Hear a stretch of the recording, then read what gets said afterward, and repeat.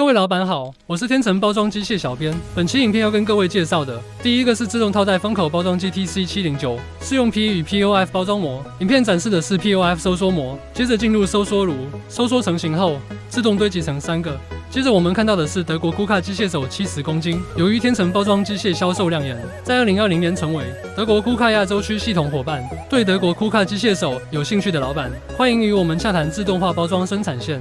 接着回来，我们看到的是机械手自动装箱，机械手后面的是全自动开箱封底机 TC501T。完成装箱后，纸箱自动转90度，进入自动折盖封箱机 TC301FB。这套封箱机可封胶、喷胶、打钉3种变化。镜头扫过的是自动喷渍机，全自动测捆式打包机，可依纸箱长度设定打袋。天成机械2厂也有生产制造销售 PP 打包袋，工厂直销，价格优惠又实在，一次50上百颗还可专车送达。接着纸箱透过气缸，将纸箱推入4角角边封箱机 TC704L， 毛刷将胶带刷平。